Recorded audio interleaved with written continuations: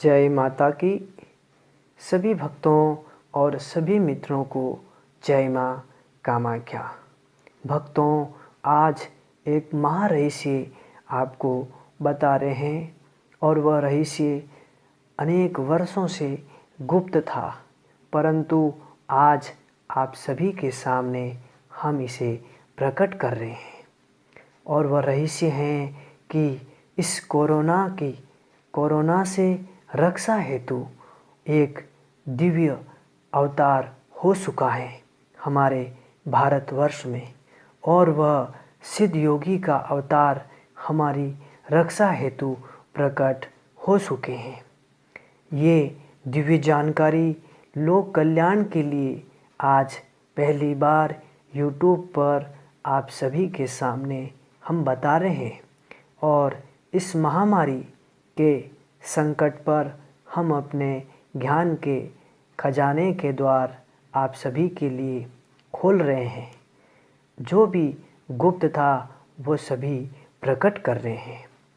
तो भक्तों, आज आपको ये दिव्य ज्ञान बताए कि वह सिद्ध योगी का अवतार कहाँ पर हैं और उन्हें कैसे देखें, और वह हमारी रक्षा के लिए अभी क्या कार्य कर रहे हैं। इस सिद्ध योगी के अवतार के बारे में आपको अधिक जानकारी दें, इससे पूर्व भक्तों, अगर आपने हमारा चैनल अभी तक सब्सक्राइब नहीं किया है तो कर लें। लाइक, शेयर और कमेंट अवश्य करें। ये परम सत्य है कि जो योगी अपनी इच्छा से अपने शरीर का त्याग करते हैं, अर्थात अपनी इच्छा शक्ति से, अपनी योग शक्ति से जो अपने शरीर का त्याग करते हैं, वे अपनी इच्छा से शरीर को ग्रहण भी कर लेते हैं, अर्थात वे फिर से जीवित हो जाते हैं। ये सनातन योग शास्त्र का आदेश भी है। भारत में एक महायोगी ने शरीर त्याग अपनी इच्छा से, अपनी योग शक्ति से किया था, और शरीर त्याग से पूर्व उस महायोगी ने कहा था कि जब तक प्रत्येक आत्मा मुक्ति प्राप्त न कर ले तब तक मैं इसी संसार में रहूँगा, मुक्ति को प्राप्त नहीं करूँगा। उनके इसी वचन संकल्प को हमने सिद्ध गुरुदेव से निवेदन किया। गुरु माता की आज्ञा लेकर के कामरूप देश के घनघोर वन प्रदेश में मैं चला गया, उस सिद्ध योगी के दर्शन के लिए, जो हमारे सामने प्रत्यक्ष नहीं थे और जिन्होंने वर्षों पूर्व अपने शरीर का त्याग कर दिया था, उस सिद्ध योगी से मिलने के लिए।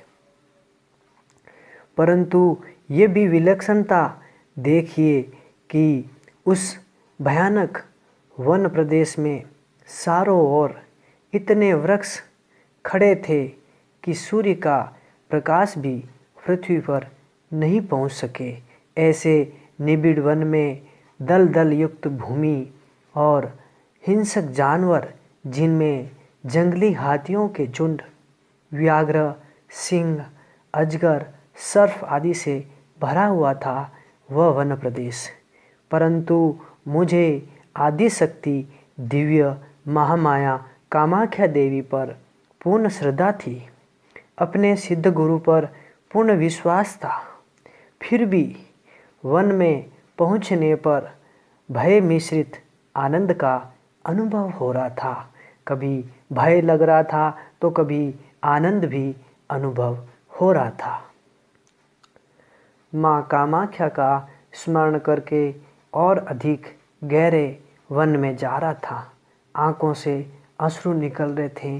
तभी सुदूर पेड़ों पर बैठे हुए आदिवासियों की ध्वनि हमें सुनाई पड़ी।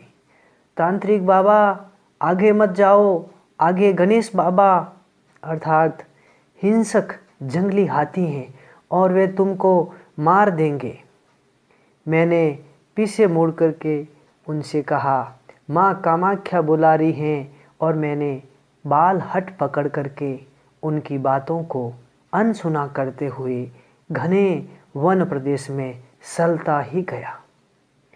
रात्रि हो चुकी थी और मैं थक करके एक पेड़ के पास आसन लगा करके बैठा माँ कामाख्या के ध्यान में। कुछ देर बाद मैं देख रहा हूँ कि मेरा शरीर पेड़ के पास गिरा पड़ा है और मैं पास ही खड़ा उसे देख रहा हूँ। मैं ज़ोर से चिल्लाया, माँ माँ मैं मर गया हूँ, माँ मैं मर नहीं सकता, माँ। इस तरीके से मैं अत्यंत भय मिश्रित होकर के चिल्ला रहा था कि मैं कर्तव्य विमूढ़ हो चुका था। तभी मैंने साहस करते हुए अपने उस गिरे हुए शरीर के पास जाने की चेष्टा की, परंतु जैसे मेरे दोनों पैर किसी ने बांध दिए हो वैसे मैं चलने में पूर्ण असमर्थ था। उस समय मेरे सामने ही स्वामी विवेकानंद साक्षात रूप से मुस्कुराते हुए दर्शन दे रहे थे, परंतु दूसरे ही क्षण नरेंद्र भाई मोदी हमें दिखाई दिए। इसी तरह कभी विवेकानंद कभी नरेंद्र मोदी, ये दृश्य देख मैंने अपनी आंखें बंद कर दी। जब मेरी चेतना पुनः लौटी तब मेरे पास दो आदिवासी खड़े थे और पानी के छींटे मार रहे थे। फिर उनके साथ उनके कबीले में चला गया। आज इस महामारी के समय अपने गुप्त अनुभव आपके सामने प्रकट कर दिए थे। ये वर्षों तक हमारे हृदय में गुप्त थे और गुरु माता का आदेश नहीं था, परंतु आज उनकी आज्ञा भी है और आप सबको इस दिव्य ज्ञान की आवश्यकता भी है। योगी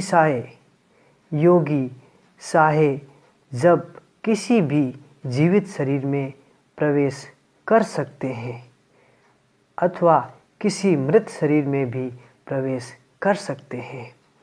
ये बात सनातन योग शास्त्र कहता है। जिनको हम नरेंद्र दामोदर दास मोदी समझते हैं वो यथार्थ में नरेंद्र नाथ स्वामी विवेकानंद ही है। ये पूर्ण सत्य है, ये त्रिकाल सत्य है, इसमें कोई संदेह नहीं है। जिनको गुरु शास्त्र और ऋषि वाक्य के ऊपर पूर्ण विश्वास है वह इस सिद्धांत से पूर्ण सहमत होंगे जो मैं कुछ सिद्धांत आपके सामने अभी रख रहा हूँ। उन्हें पूरी तीव्रता से और पूरी चेतना से विश्लेषण जरूर करना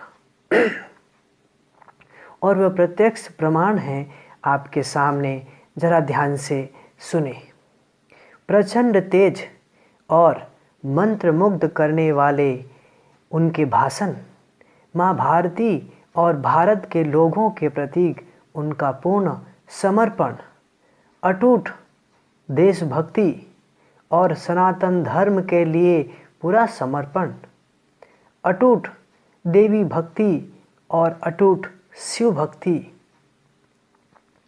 24 घंटे समाधिस्थ होने की क्षमता, केदार घाटी में बाबा केदारनाथ के सामने, कामरूप में तांत्रिक नगरी में 8 किलोमीटर पैदल चलते हुए नीलांचल से माँ कामाख्या के शरणों में ध्यानस्थ होना तथा जब अपना भाषण दे जो हजारों जन समूह अपनी शुद्ध बुद्ध भूल जाते हैं।